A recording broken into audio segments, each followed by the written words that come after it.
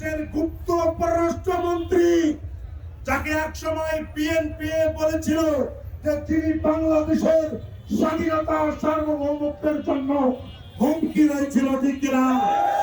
তিনি এখন পররাষ্ট্রমন্ত্রী। আমার দেশের সীমান্তে মানুষ মরে তিনি কোনো প্রতিবাদ করেন না।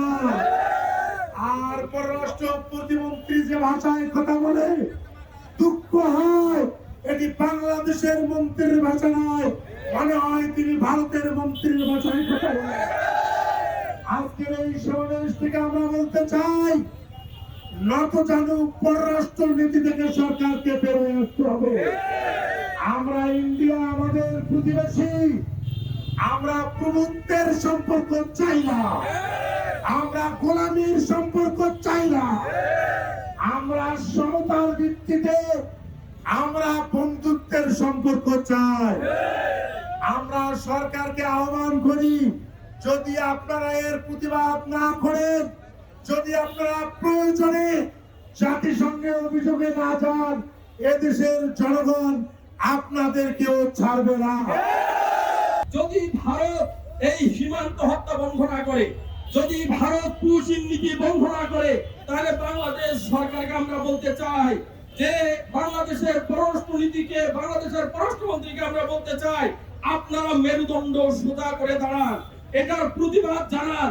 আর যদি প্রতিবাদ জানাইতে ব্যর্থ হন, আপনারা যদি এটাকে গ্রহণ করেন, তাহলে আপনাদেরকে আমরা বলবো আপনার মতো পররাষ্ট্রমন্ত্রী আমাদের বাংলাদেশের প্রয়োজন নেই। এদেশের সরকার এই পররাষ্ট্রমন্ত্রী, পররাষ্ট্র প্রতিমন্ত্রী দেশের ভিতরে এত পুশিন, ভারতে হত্যা, সীমান্ত হত্যা একটি বারের জন্য ভারতীয় দূতাবাসকে ডেকে করা প্রতিবাদ করে নাই। আমরা আজকে বলতে চাই, এদেশের মানুষকে শান্তিতে বসবাস করার জন্য অবশ্যই পুশিন বন্ধ করতে হবে, আমাদেরকে ঐক্যবদ্ধ থাকতে হবে। তারা অবৈধভাবে সেখানকার মুসলমানদেরকে গ্রেপ্তার করে বাংলাভাবে রাতের অন্ধকারে বাংলাদেশে পুষিয়ে দেওয়ার চেষ্টা করা হচ্ছে। পররাষ্ট্রনীতির একেবারে সুস্পষ্ট লঙ্ঘন। এই সুস্পষ্টের এই পররাষ্ট্রনীতিকে আমরা প্রতিবাদ চাই এবং আমরা এদেশের অভিযোগকে স্বাধীনতাকে সাথে নিয়ে বলতে চাই যে বাংলাদেশে কোনোভাবে অবৈধ হস্তক্ষেপ করা হলে এদেশের তৌহিদি জনতা বসে থাকবে না।